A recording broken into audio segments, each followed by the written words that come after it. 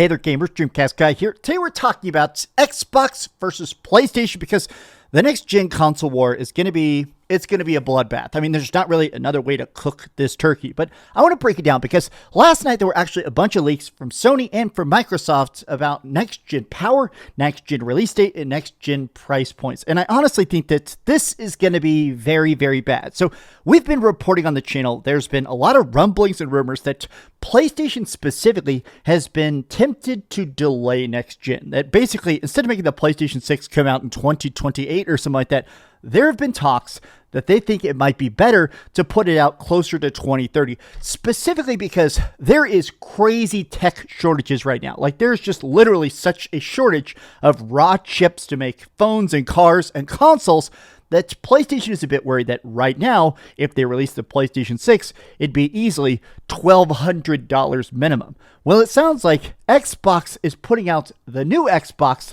next year, and PlayStation doesn't want to be 2 or even 3 years late to the party. PlayStation is now rushing next gen to sort of keep up. Let's take a look at these leaks because honestly, everything about this is very, very wild because I think that Xbox is scared of being last and now PlayStation is sort of in a weird spot where they don't want to be left behind. All of this is about to be very, very strange. Now, I do want to start with the fact that I honestly, truly believe that next gen, what may win the most is whoever is the most affordable. Like, we're going to talk about graphics. These new systems, of course, are going to have crazy stuff like 20 times better ray tracing. Yes, that's the real number.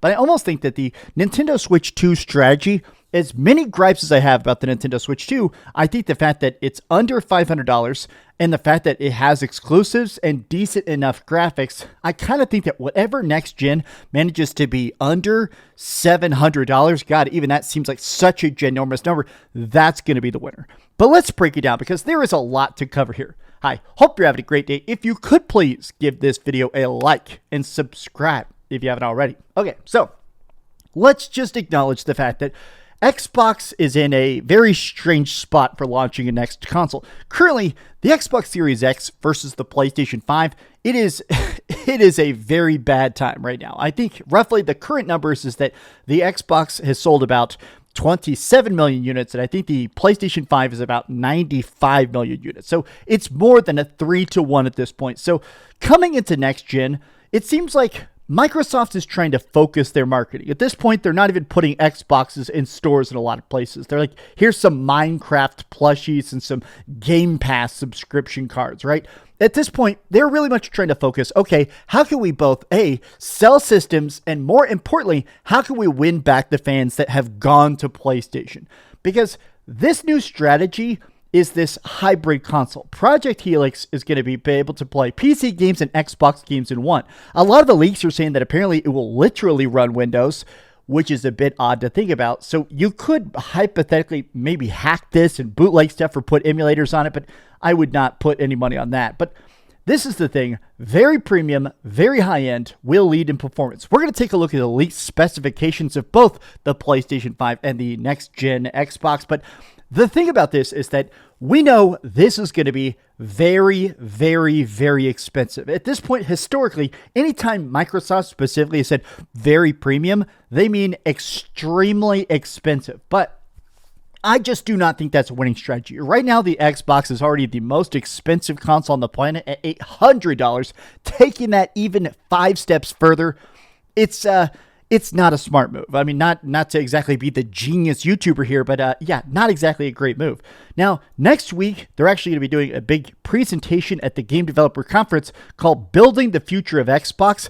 I am very curious to see that, but let's talk about some of the specifications and some of the drama around this, right? Next Gen Project Helix will reportedly have at least 5x faster in rasterization and 20x in ray tracing.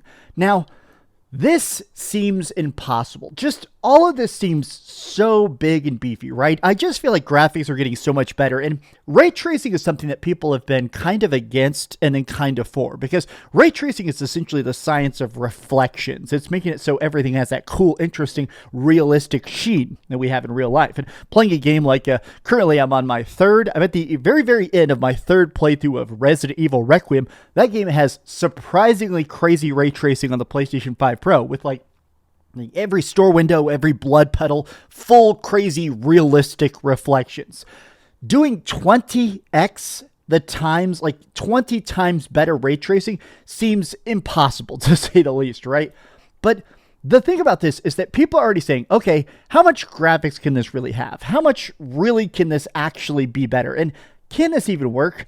This is Microsoft's last attempt to make their hardware business work, says analyst Sarkan Toto. Microsoft been walking on thin ice for a long time now. I just feel like Microsoft is definitely in a spot where they're trying to pretend the Xbox is still viable. I have said this is kind of a publicly known secret in the industry, I think, which is that Xbox does not exist to make profits. Xbox exists to pump up investor stock price. It makes Microsoft look better if they're one of the biggest software manufacturers on the planet because of stuff like Windows and Microsoft Word and stuff like that. But they're also making so much money because they are that unique thing where they sell software and hardware at just such a massive, massive scale, and not just like Microsoft Surface and stuff like that. This is a chance to basically say, look how diversified our products are. But I mean, you still need an audience for that. I just truly don't think that anybody's going to buy a next-gen Xbox, and the idea that eventually investors will see through that smoke and mirrors and say, wait, why are we making another Xbox if it's selling single-digit ones in whole regions of the world, right? Xbox is probably trying to do more of what it's been doing with the ROG Ally X. This is essentially a Windows PC that has an Xbox interface while giving access to PC storefronts, libraries, and running a PC version of those games, while older Xbox titles would rely on compatibility layers or emulation.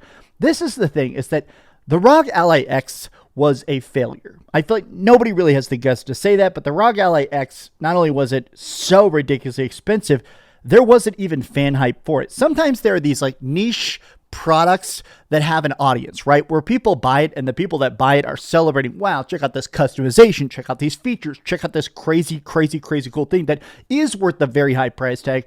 When's the last time you saw anybody say anything about the ROG Ally X, right? Most of what I've seen, I'll be honest, is I've seen people say, I got the ROG Ally X and I still play on my Steam Deck just because I'm used to it. The Steam Deck has a better battery life and the graphics are like 70% worse, but I prefer the Steam Deck because it's easier. I just feel like that's kind of the thing, right? If your options are like, all right, I can get an Xbox that has 40% better graphics, but at a price tag of $1,500, would you buy it? This just seems like such an astronomically big price. But I'm not even saying that I think it's impossible. I'm saying that my fear is almost the fact that what happens if the PlayStation 6 costs this much? Because I don't think that's fully off the table. I think there is a chance, because we're going to look at the second here, that apparently they're trying to rush it. Apparently they're literally trying to rush the PlayStation 6 because they don't want to be too far behind.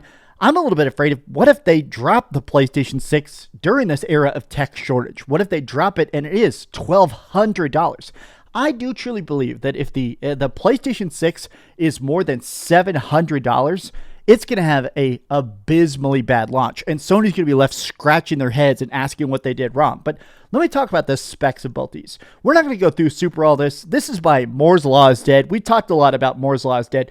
This guy basically gets all these top secrets, basically like tech manifests explaining how the systems work, and they're at the factory, how they're being built. So this stuff, I like the fact that he just puts his logo all over everything, because honestly, the dude deserves it. This guy, YouTuber, Moore's Law is Dead. His stuff is obsessively super in-depth, and I think his stuff is interesting because not only is he the only person with this information, but a lot of times it's like he'll find stuff about when it's coming out and stuff like that. So price range unlikely to exceed over $1,500. Good. Price range probably $1,000 minimum.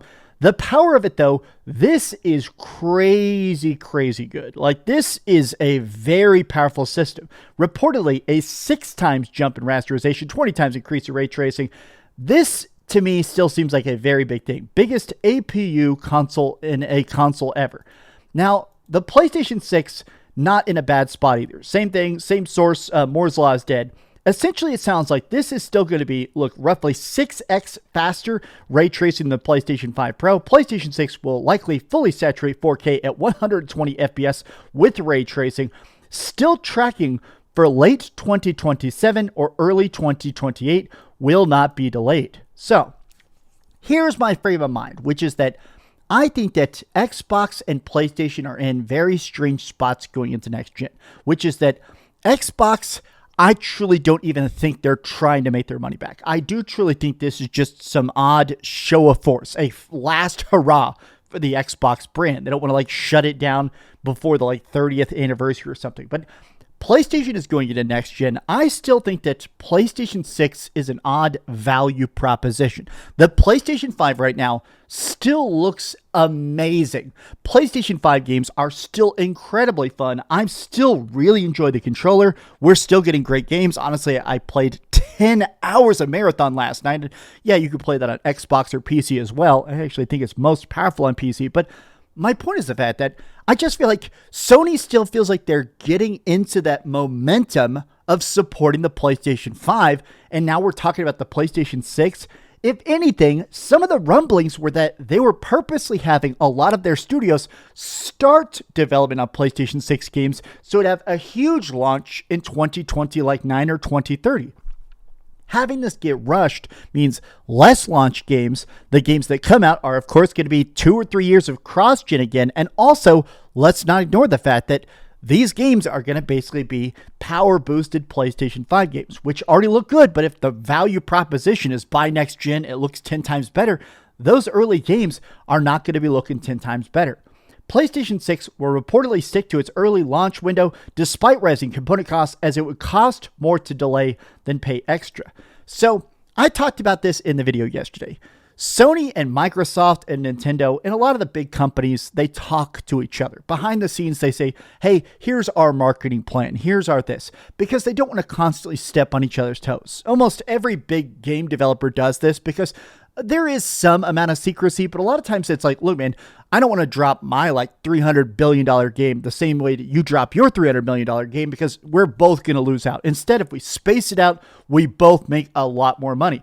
So I bet they're probably talking to them. And I bet what happened is Microsoft said, hey, we're ready for next gen. And PlayStation's like, wait, yeah, we're ready for next gen too. I just think that all of this feels very rushed. This has not been an extra long console generation. This is the normal length of a console generation, but it does still sort of feel like PlayStation 5 is just really getting good. These games that are really cranking out on the PlayStation 5 Pro, I still feel like I am still like adapting to how good my PlayStation 5 Pro looks, saying, hey, it's time to start saving up for next gen. I don't want to do that, if I'm being brutally honest. How do you feel about next gen? How do you feel about the graphics and power? And what for you was like too much of a price tag? Tell me your thoughts in the comments down below. If you enjoyed this video, be sure to give it a like, subscribe if you haven't already, and please keep dreaming. I woke up with this blemish. I don't know what it is. I don't know if I'm having an allergic reaction or what happened. Maybe your mom queefed on my face. I have no idea. I keep telling her to stop that. Thanks so much for watching that video. If you want to see something else, you can always click this link to see what I put up last, or, subscribe and see what's coming up next. Also, I promise that whatever I do, it'll try not to suck.